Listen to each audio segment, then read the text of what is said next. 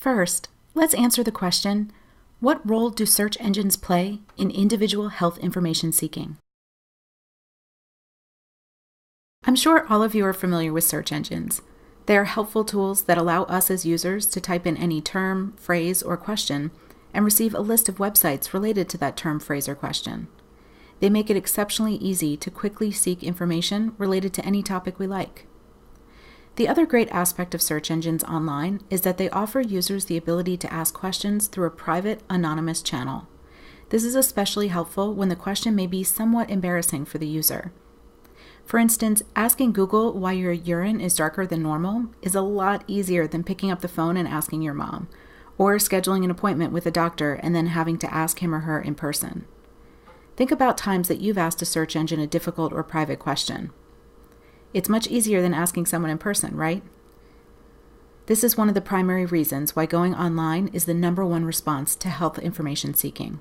It's quick, private, and offers endless amounts of information from a variety of sources. There are many different types of search engines for users to choose from, like Google, Yahoo, or Bing. Baidu is the most popular search engine used in China. But other types of search engines can also be useful.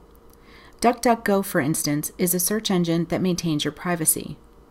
As some of you know, general search engines do keep track of your search history and gather other contextual information about you so that they can customize the search to you. For instance, if you want to know the hours at your local Target store, you can enter Target hours into Google, and it will show the hours of your nearby stores. How does it know where you're located, though? Well, it pulls that location from your internet service provider, or it uses your GPS if you have it turned on.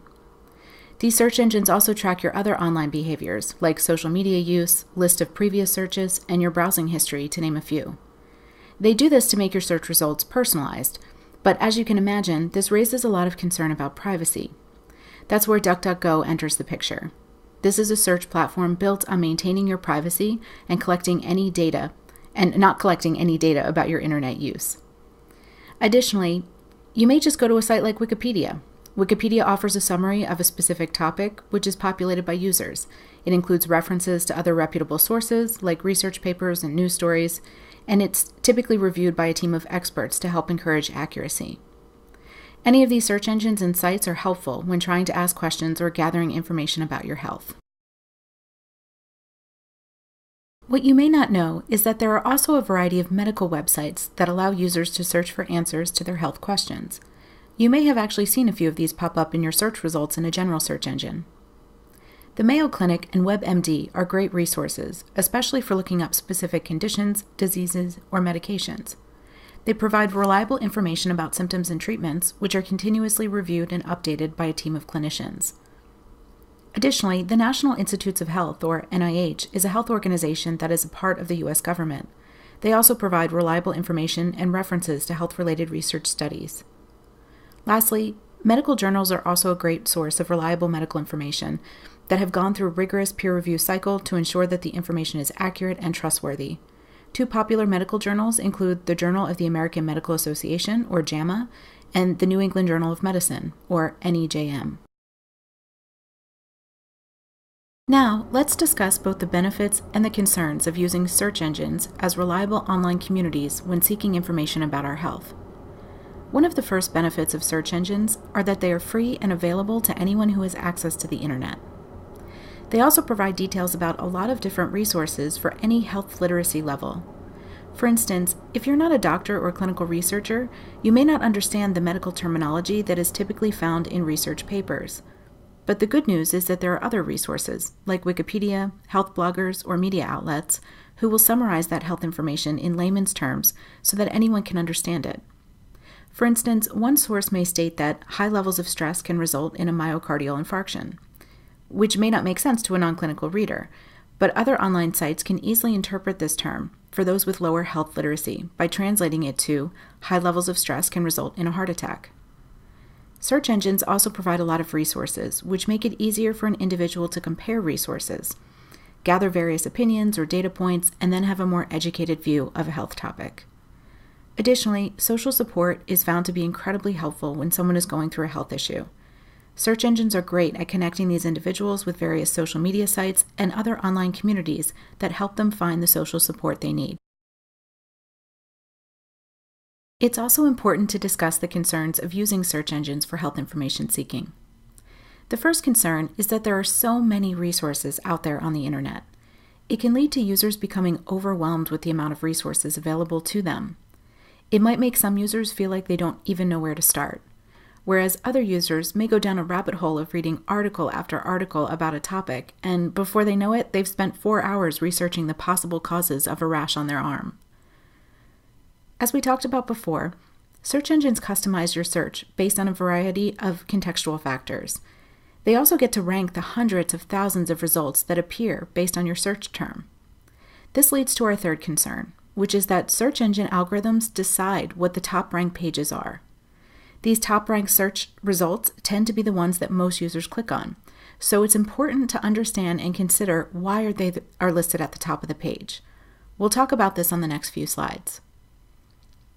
Lastly, many users will consume so much information that they begin to believe they actually know more than their doctors. They will then self-diagnose and even proceed with health decisions or treatments that are inappropriate for their condition. Doctors refer to this phenomenon as Dr. Google. Let's talk about why this is a concern. In the early 2000s, doctors started to notice that more and more patients were coming into the office having already done a lot of research about their symptoms or perceived condition. Although many doctors state that they, of course, want their patients educated and informed, they found that these patients were actually arguing with the doctors or refusing tests or treatment based on reading internet articles that were written by individuals who weren't even necessarily clinically trained. Physicians became frustrated and concerned, so they started to articulate their opinions about why Dr. Google isn't always right. They were first and foremost concerned about the outdated content found online that didn't always reflect the most recent research on a health topic. Additionally, the search results that patients reviewed were completely biased based on how they searched. For instance, one doctor I met during my PhD research at Hershey Medical Center in Pennsylvania told me that he had a patient convinced that she had a brain tumor, and all of her symptoms completely aligned with the symptoms being summarized for those with brain tumors: severe chronic headache, dizziness, blurred vision, some mental fog and confusion.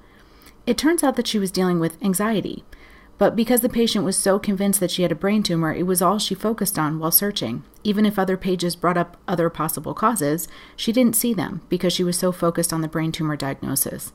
We call this cognitive bias, where a person just seeks out information that aligns with what she believes, even when there are alternative reasons or causes that make more sense.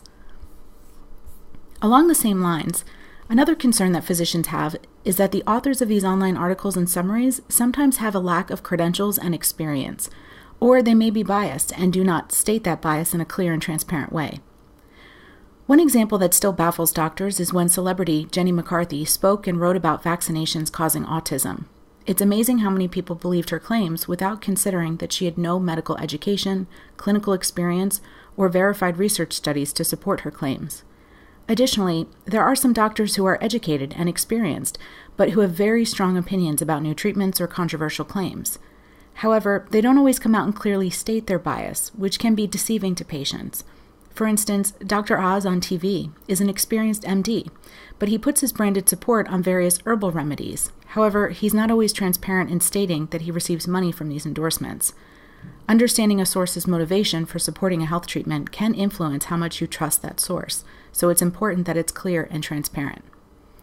Lastly, doctors analyze symptoms and decide on appropriate treatments based on what's called evidence-based medicine, meaning that they diagnose and treat based on the results of scientific research studies and clinical trials.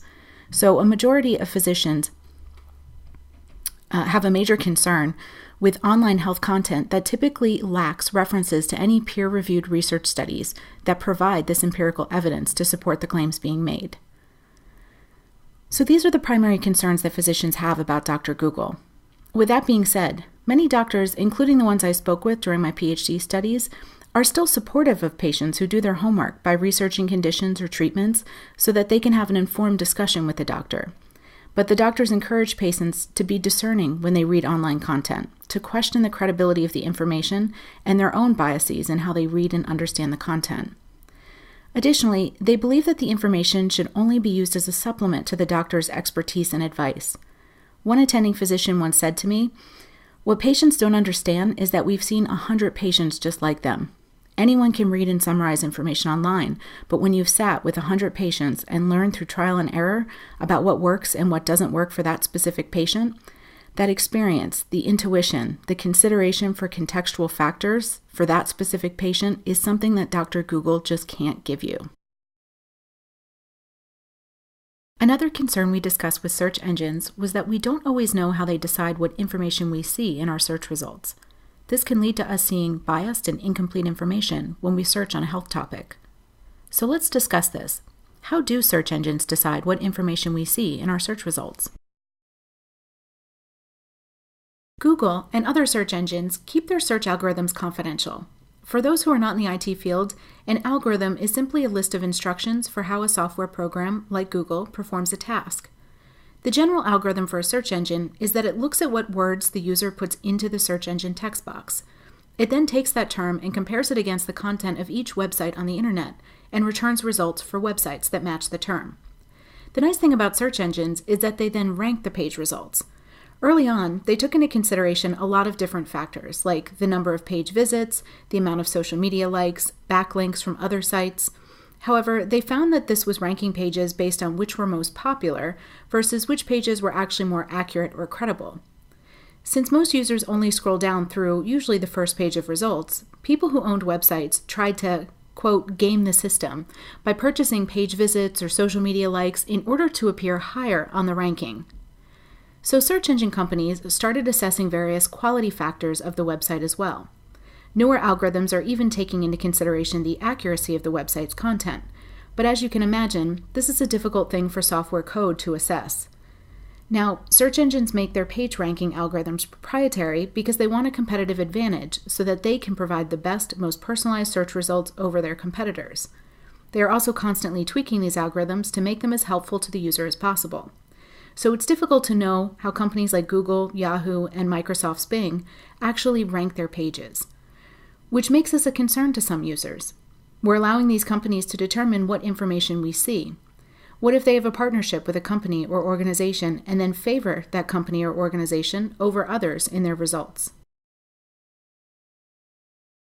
To help address this transparency issue, some search engines denote which page results are in fact advertisements, meaning that they pay the search engine to get their page ranked higher than others. You can see here when we Google multiple sclerosis, the top 2 results have a little yellow ad symbol next to RMS signs and symptoms and diagnosing MS websites. Although Google offers transparency by clearly labeling these sites who paid for their spot, some search engines may not. So this is another type of concern that users have, which is that we don't always know who is influencing the type of information we see when we search for health information. For instance, imagine if we search for vaccinations and autism, and the entire first page of search results were websites that aim to confirm the link between vaccinations and autism. This controlled distribution of information could influence all of those who rely on that search engine as their main source of information. Additionally, Google themselves are starting to provide their own health summaries, as you can see here on the right side of the Google search results. But it's not clear where this information is coming from. As users, we have to ask ourselves, do we trust Google to provide us with reliable health information? If you remember when we started this lecture, I mentioned that people use the internet to find information about health, as well as to find support. This concept of achieving empathy through technology is a recent popular topic, especially in the area of healthcare. So let's discuss this question. Can search engines provide social and emotional support along with providing us with information? The answer is yes. Search engines can be designed to offer social or emotional support. Although we're still in the early stages of designing empathy into search engines using artificial intelligence. Think of Apple's Siri, Android's Cortana, or Amazon's Alexa, which all perform search engine tasks for the user. But they all also have a personality and can respond with concern and humor at times. That's because they are intentionally designed to personify the technology so that users start to see them as a person, a friend who they can trust and go to for emotional support. I'd like you to meet Pepper, who represents a new wave of empathetic search engines. Pepper is a socially aware assistive robot developed by SoftBank Robotics in 2014. The robot is emotionally responsive, answers questions, performs tasks, travels around, and displays information on the screen on its chest. Pepper also includes a software development kit, or SDK, so that developers can program the robot to perform various tasks. Currently, Pepper is being used in healthcare to perform a variety of empathetic search engine type tasks, such as greeting patients, answering questions for the patient, connecting to the electronic health records, IBM Watson, or other sources of data to display to the user or clinician, and even performing tasks like walking a patient to his room or helping a patient do her workout during physical therapy. Let's watch a few videos of Pepper. The first is an overview of Pepper's capabilities, and the second is an overview of how Pepper is being used in a hospital in Belgium.